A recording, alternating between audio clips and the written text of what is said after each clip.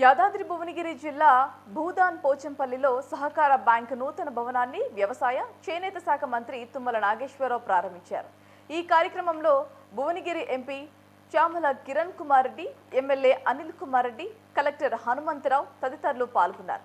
అనంతరం పోచంపల్లి ఇక్కత్ పరిశ్రమ చేనేత సదస్సులో మంత్రి తుమ్మల నాగేశ్వరరావు, చేనేత ప్రిన్సిపల్ సెక్రటరీ శైలజ పాల్గొన్నారు. Sir.